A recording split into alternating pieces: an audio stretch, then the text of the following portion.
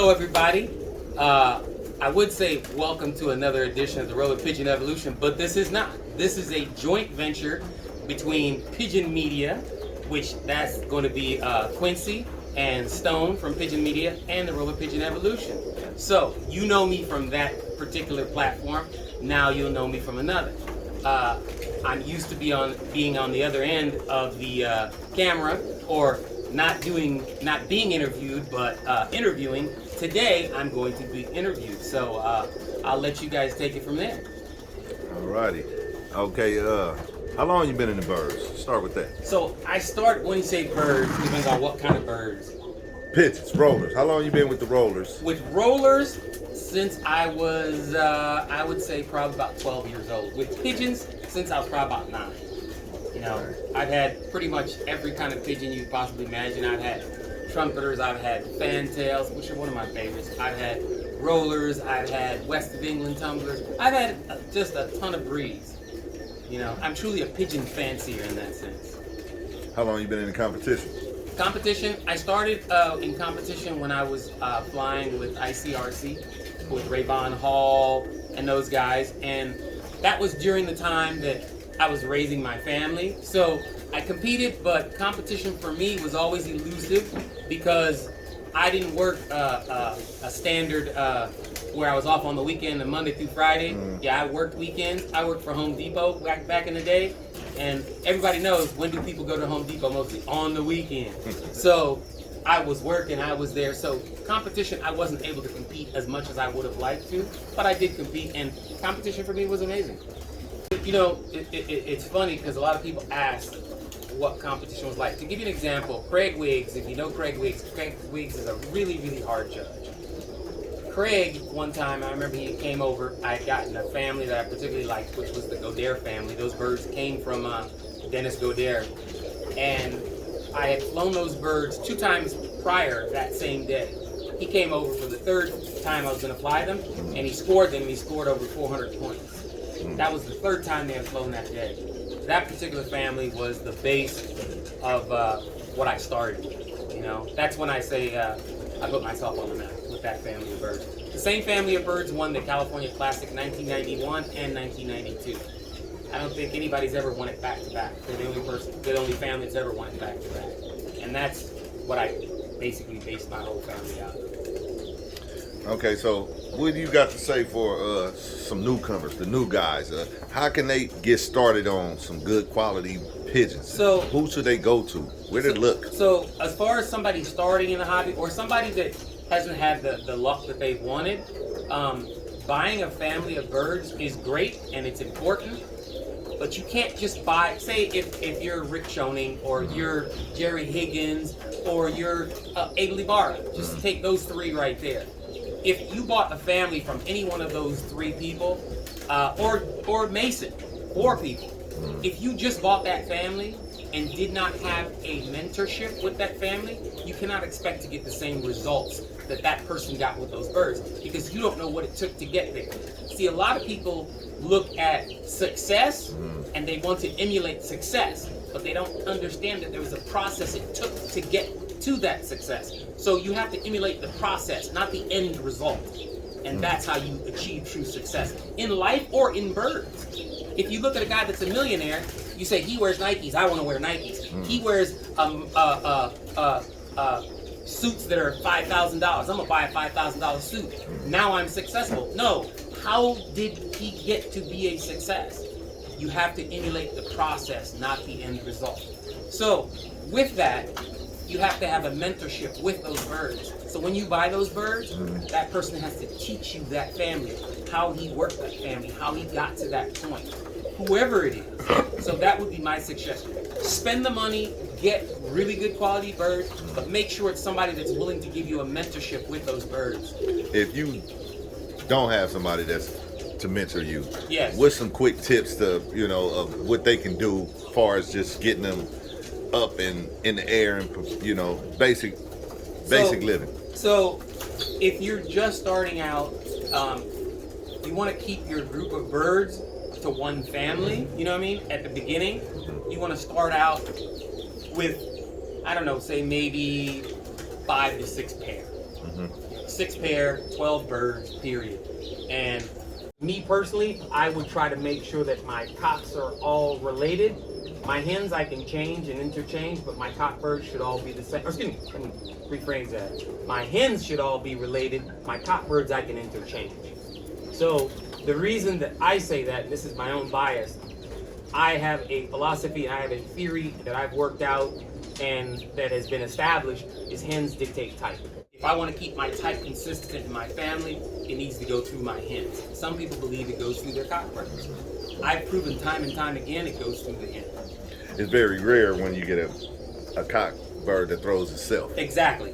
It's usually a hen that is dictating what your cocks and your young birds are going to look like. So if you want very robust, very muscular cock birds, your hen and your cock need to match. They need to be both muscle. If you want kit type that are very slender, very wedged, your hen needs to be that, because 80 to 70% of them are going to match that hen's type. Another question: if I was to go to the pet shop and I want to get a good roller, what do I look for? What are the traits or the quality of the bird that I'm looking for by it just being in a cage? So when I look at birds that I know nothing about, there are certain telltale signs that I look at that gives me a good indicator. And again, that's what it is, and that's all it can be, is a good indicator of what that bird will be. Does it mean specifically that bird is going to be 100%, it's going to be solid, and it's going to produce you the best? Absolutely not. But they are good indicators. They're telltale signs. So if you look at the birds behind us, you've got an array of different, you got my opal, you got my lace, you got more lace on the bottom, you got yellows, you got all kinds of birds here, different families. One of the things that I look at when I'm looking at the birds is type. So let's look at this bird right here. Take this one out. We'll put these in here. This little bird, these two little birds actually have, to me, a really nice type. When I say type, what am I talking about?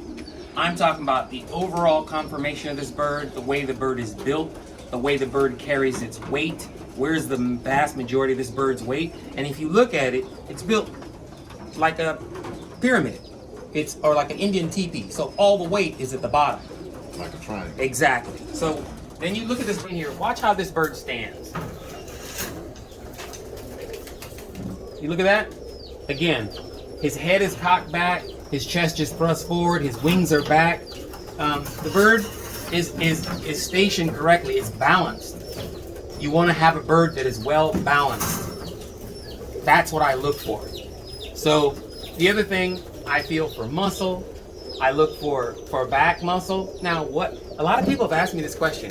When you say back muscle, what are you talking about? So let me show you. When I look at back muscle, this is what I'm looking for. Where does this come from? The person I learned it from was Cornell Norwood. That's who taught me and made me understand what back muscle was.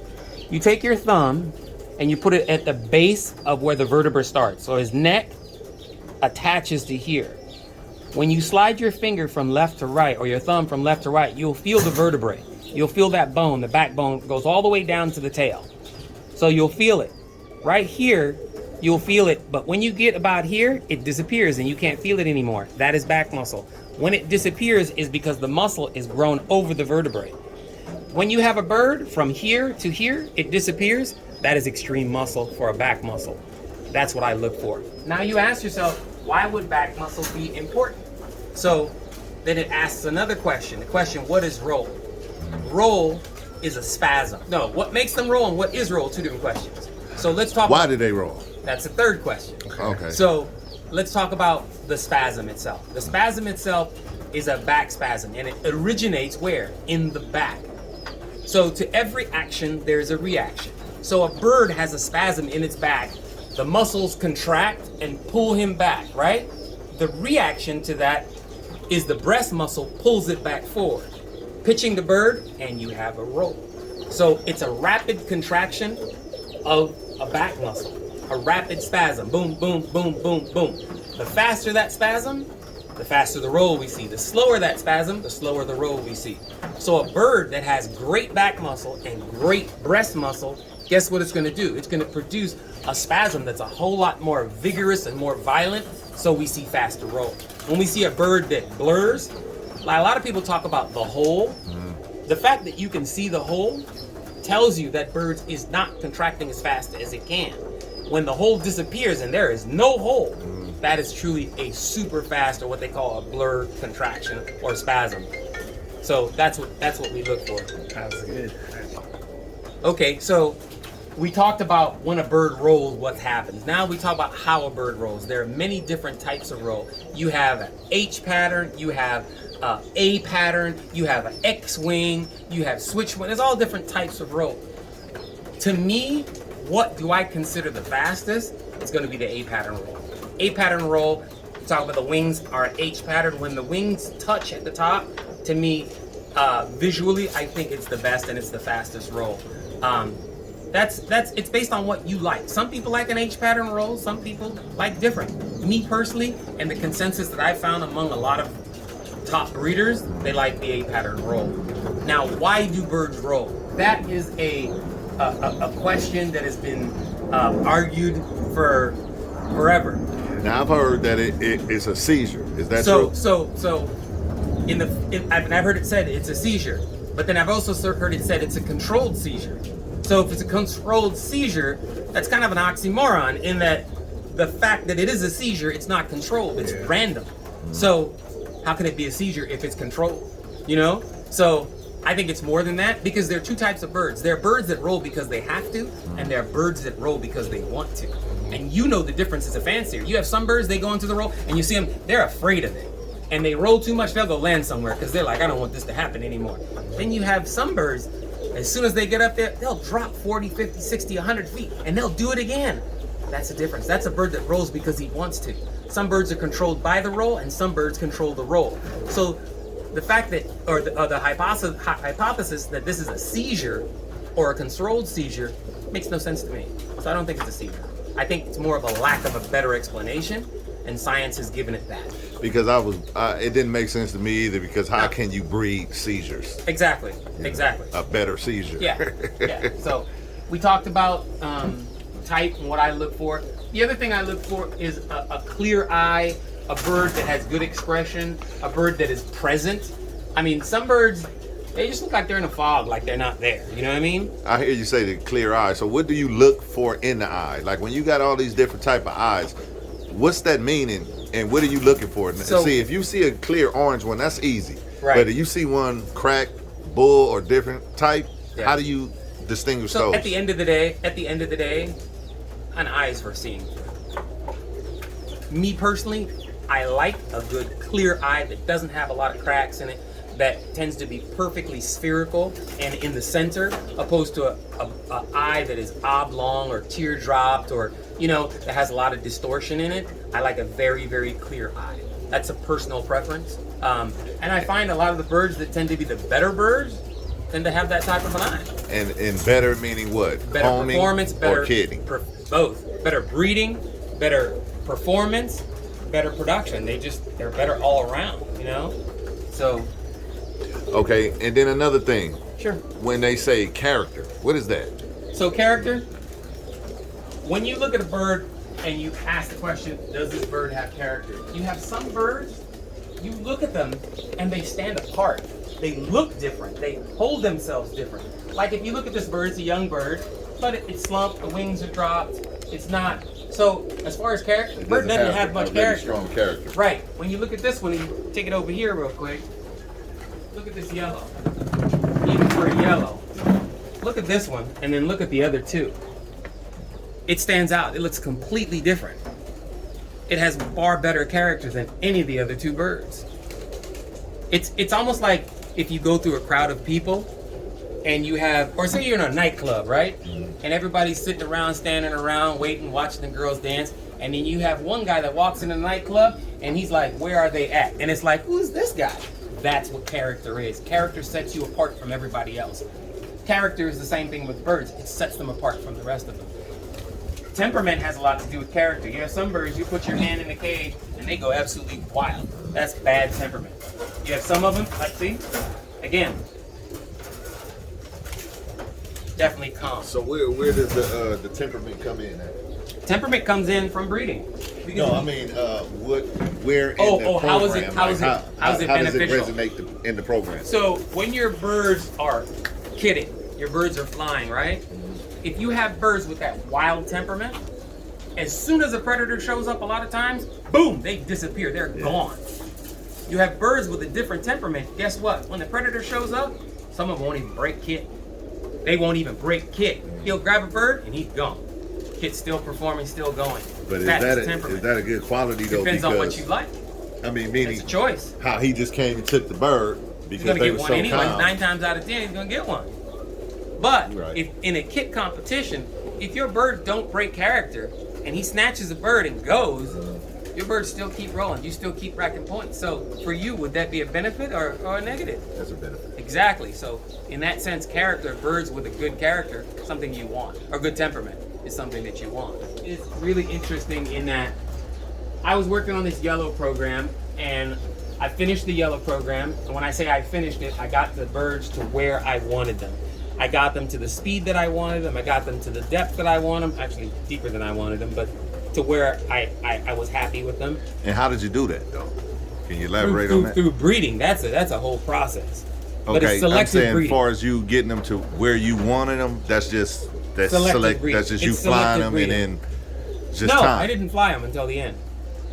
So how did you know if you got them to where you wanted them to be? Because of their type, because of the body type that I was shooting for. What they started with was nothing close to what I ended up with. What I ended up with was exactly what I wanted. What I started with was completely different. What I started with was so horrendous, and when I say horrendous, the original bird that we started with, you're not gonna believe what it had behind it. Came off parlors. Yeah, it was a roller, but I mean it had parlor blood. It was half parlor, which I hated, but I didn't know. I hated that back in the day. I didn't know, but yeah, they had these funky square heads, and I didn't like them. And yeah, like look at these they had two that cops. parlor head, huh? Right. This is off the original bird that was, I think, quarter parlor. And you look at the finished product right here, and completely different. Completely different. This is a son of this one right here. Completely different. Yeah, that's what we used to have back in the day, quarter parlors. Right. And the hen that I started off with was our hen and a cock. They both had parlor blood, which I didn't like, but we were able to move so far away from that. But one of the things that I did, once I got the yellows to where I wanted them, a couple things happened. Okay, so in working with this yellow program that we were on, and when we say yellow, we're talking about dilutes. Dilutes are yellows. This is a form of dilute. This is a form of dilute. This is a form of dilute. Okay, and these down here, this is dilute, dilute, dilute, dilute. Now, when you look at dilute, you gotta look at dilute kind of like in the sense of hair dye, because it's coloring something else. Something else is actually there that it's coloring. Anything diluted is watered down, right? Yeah, that's what it is. It's watered down. So you see this bird right here, right? This is a blue check with recessive red popping through it. A lot of people say it'd be a bronze check, right? But bronze is a different color. That's recessive red. What do they call those? There's a name for that. A bronze kite. Yeah, there you go. Yeah, they call it a bronze kite. So that's a bronze kite. So when you add the dilute factor to this bird, what does it look like? Looks like that. That's his father right there. You take that bird and dilute it. That's what you get. Right. So when people say, can a dun and a cream be the same bird? There's your answer. There's a dun check with cream bars. So a dun and a cream are the exact same bird. Okay. One bird can be both. Gotcha. Can be cream and dun. So the only way you can make a dilute is putting two dilutes together. No. You can make a dilute off one dilute?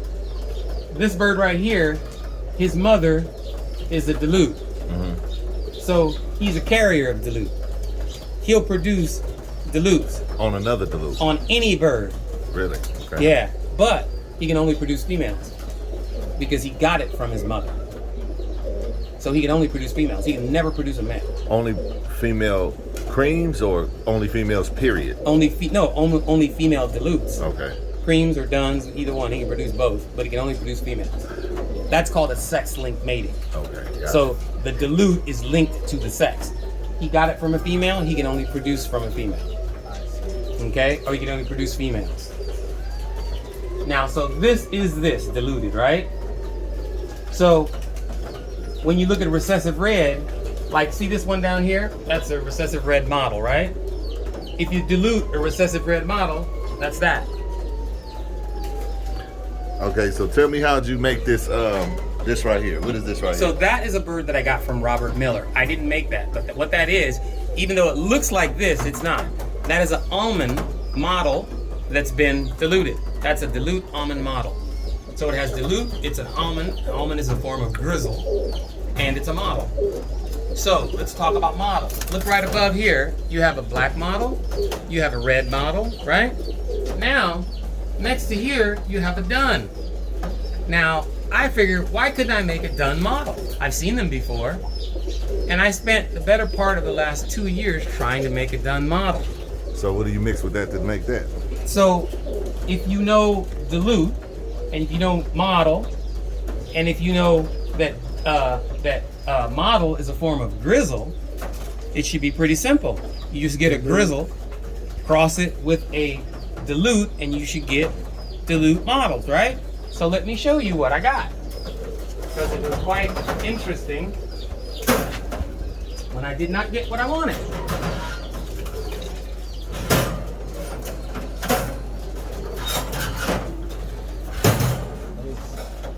So I took this model hen, this black model hen, and I crossed her with that. She is black, and the dilute of black is done. The dilute of recessive red is yellow. So they produced me a dun and a yellow, but they weren't modeled. But both parents are modeled. So why would they not produce me? That one looked like it might turn into one. It's a grizzle. They're both grizzles. They just would be a grizzle. Right, but why was the question? Why would you think it is? That it made a grizzle? Yeah, and not model. If both parents are obviously modeled, and they did exactly what they were supposed to do color-wise, which is a dun and a recess and a yellow, but they're not modeled. Why is that? Because they're both checker pattern. Checker pattern will not model, it'll grizzle.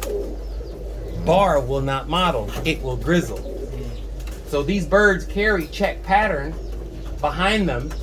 Both of them do, right?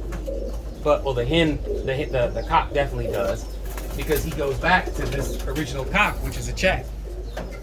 But his mother was a self. In order to model, they have to be based on a self pattern.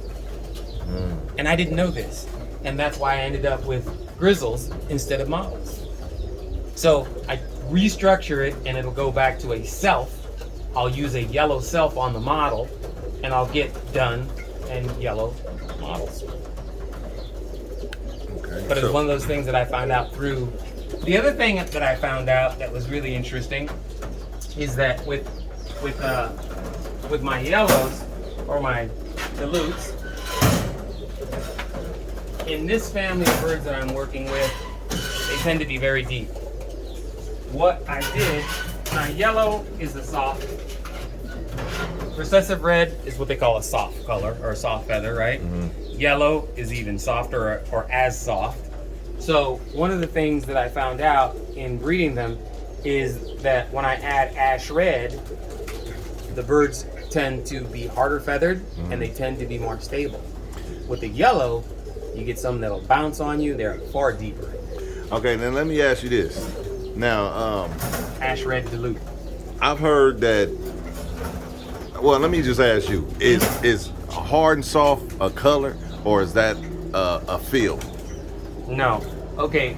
So when you talk about hard feather, soft feather, certain birds, excuse me, certain colors are hard feather, and certain colors are soft feather.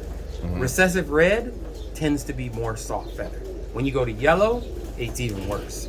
But can you get a hard feather in a recessive red? Yes. Yeah. Okay. Yes. That's what I'm wondering. Yes. What I did, I added ash red and when you add ash red, how do you add ash red? Instead of using recessive red, use red check. So this is a red check diluted. Okay, explain to me when you grab a bird, what makes it hard and soft? So you got to really look at. If I brought you a T pattern blue, and I will, pause that and I'll grab it.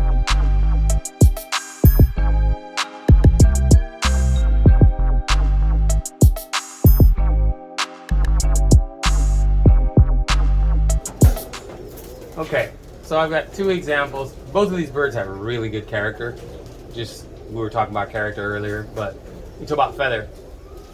Soft feather, recessive red, hard feather, T-pattern blue. I've bred off of both of these cocks. This cock right here, I've never rolled anything down off. The cock produces birds that are stable, and their quality of roll is a superior quality of roll. This cock right here, he produces great roll, but the birds cannot maintain the roll. If I put this to another recessive red, in 6 months, the birds start bumping. They'll roll fine for 6 months, and then they roll start down or bumping. They roll down. They will roll down.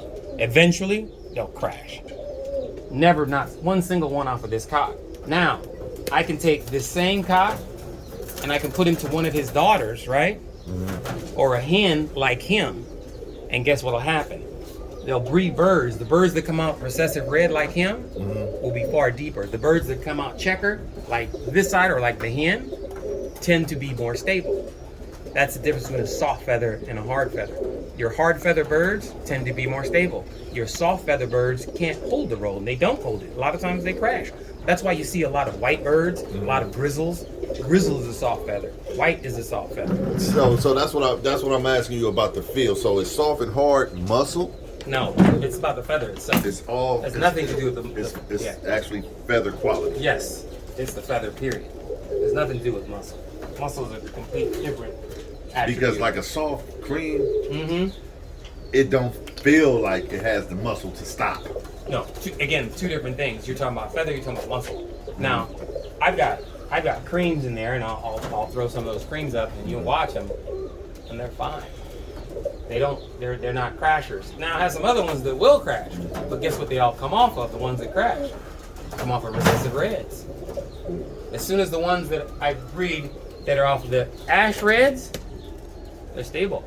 Yeah, the red checks are a lot more exactly. Yeah. So are the reds, when you add a red in your program, you trying to add depth? Yes. Okay. Depth, 100%. That's why I add them. It's for their depth. Because the deepest birds I have are the recessive reds. They're deeper than anything else. And second to that is my white. What's your deepest? On the reds? Yeah. I mean, just period right now. 80 to 100 feet. Yeah. Yeah, they do that anywhere close. They gonna hit something. Yeah. If they're down low, they're gonna do that. Wrap. Yeah. Once they're up high, I mean they do fine. You know.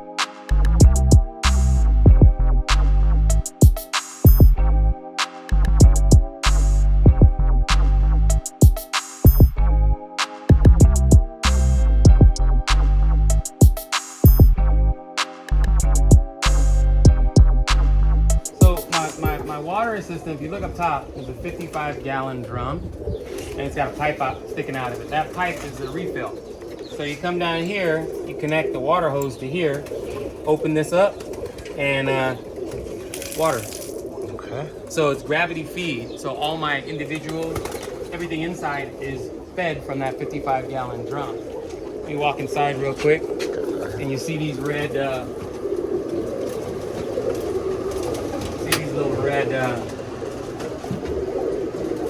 Right here, you look, there's the water as it fills. And that way I don't ever have to worry about filling my breeders. And it's fed, goes up top, and comes from up top the 55-gallon drum. All gravity fed, no moving parts, and it's simple.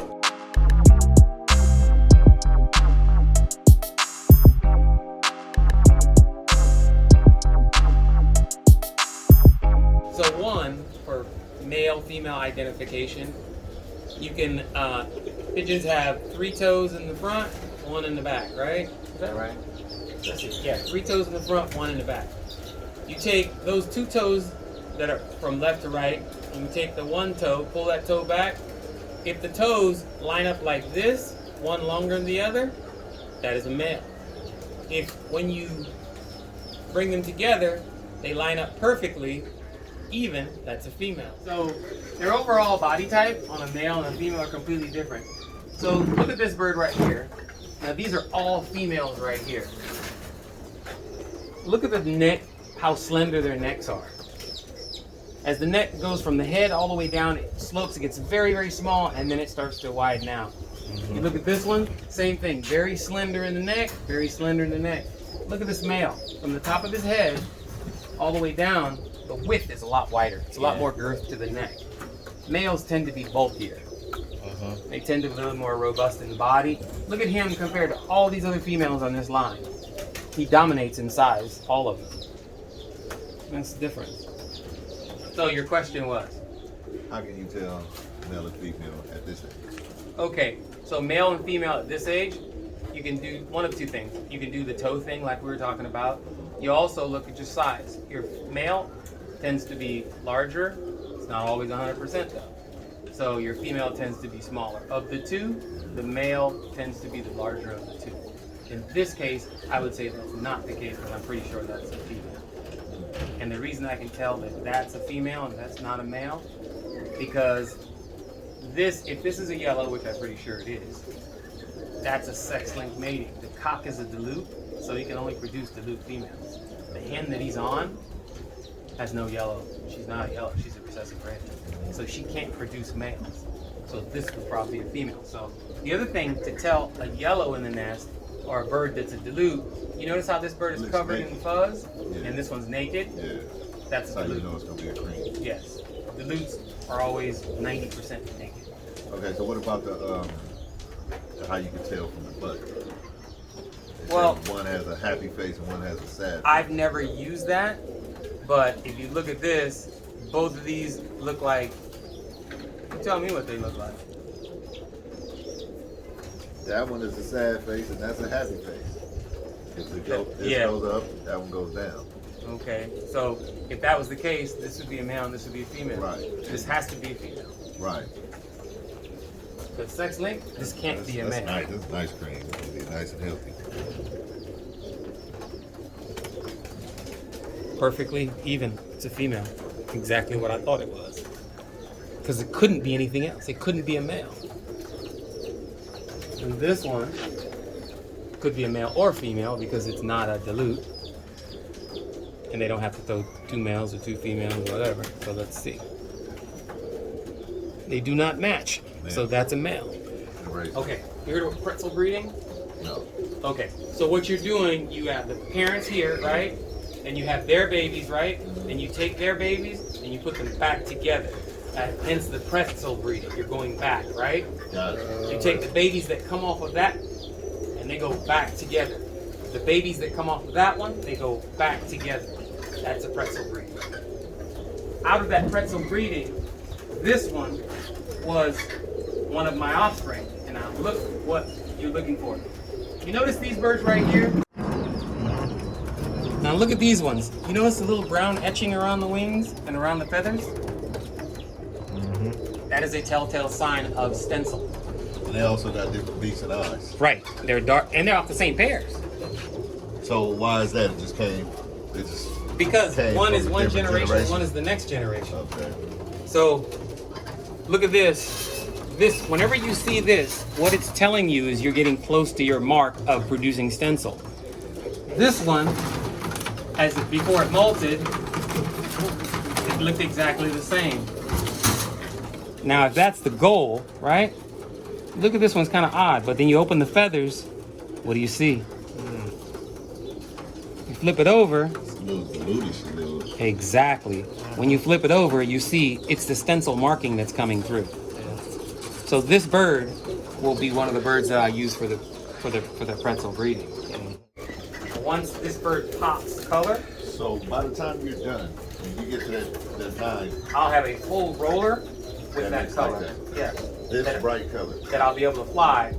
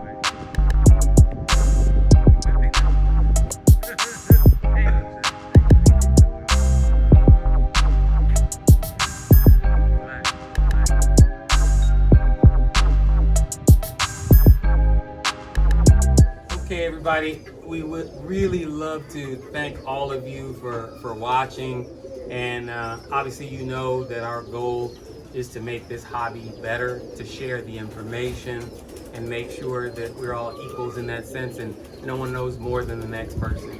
And that's my goal in having my YouTube channel and in partnering with these guys, is to get out as much information as we can. One thing I will tell you guys that are in the competition, remember, to compete at the highest level, you have to have holdover birds. You got to hold those birds the following year and fly them. Other than that, again, I just want to thank you guys for watching. And like I always say on the Roller Pigeon Evolution, you only know what you know until you know something else. So you guys have a great day. Bye.